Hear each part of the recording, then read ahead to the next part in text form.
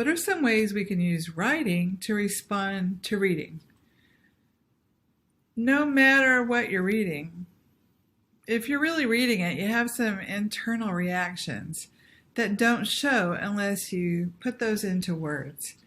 So what about some different ways to have kids respond to reading using writing? Could we use any text structures to help them articulate what's going on inside their heads? Sure. Take a look at this. Our friend Lisa Taclet used these structures. She gave her students one structure a week, and the students taped them to the tops of their page in their notebooks. After they read some SSR for a while, they spent a few minutes talking about something they read. The next day, they'd skip a line and do the same. So several days in a row, they would use this structure, and then the next week, the teacher gave them a different structure. You can see the story of my thinking on the facing page. The next week, she gave them Somebody Wanted But So Then.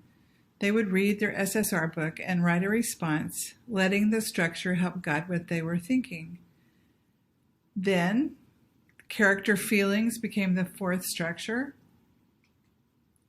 The fifth week, she used this one, the effect of an author's choice.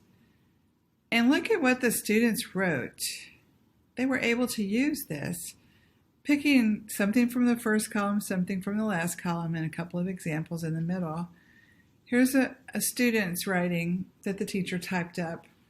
When I read about no one wanting to touch Augie, I made a connection to the world because in real life, Corona right now, and we can't touch anybody. These are fourth graders. Character feelings. Grace felt confused when she heard that there had never been a girl president. I know because she asked the teacher why and made posters for people to vote for her and because she said, go vote for a change. The students at the fourth grade level are already getting plenty of experience citing evidence from a text. This one knocks my socks off.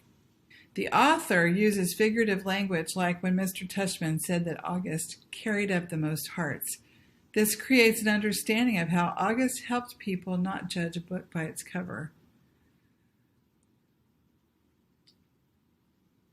So this teacher used these 5 one at a time, and when they had finished spending a week on each one, she let them choose which one they used each day.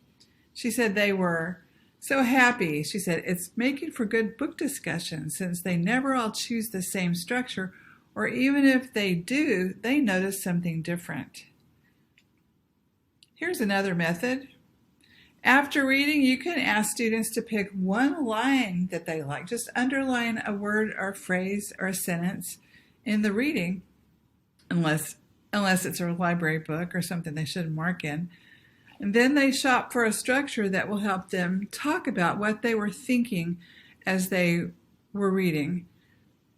Here's an example of a piece that we love to use to practice this method. There's the sentence that I chose.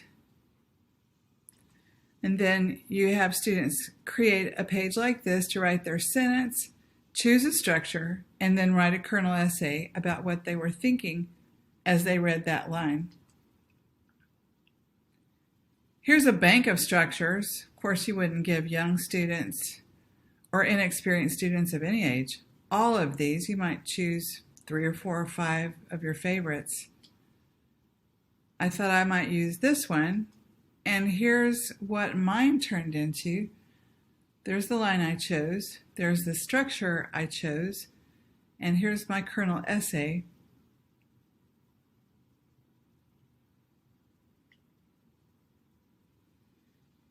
If it's a piece of reading that they can cut, as this one was, you could have them tape the reading into their journals, and all those text structures for writing about literature, they could cut those up, and I made a sticky note pocket for all of those structures. There are so many structures to use for responding to reading. These make a really nice little bookmark. Connections, and I wonder, a question, and an aha. You could also tweak structures for essays that are better than book reports. If students talk about what the character was thinking instead of themselves, or a moment in a character's life, see how tweakable those text structures are, and they make wonderful book reports where the students have choices about what character they talk about, which moment they talk about, which structure they use. Or you could let students shop for a structure from among the many structures. What about writing on-demand essays? We're going to look at those next.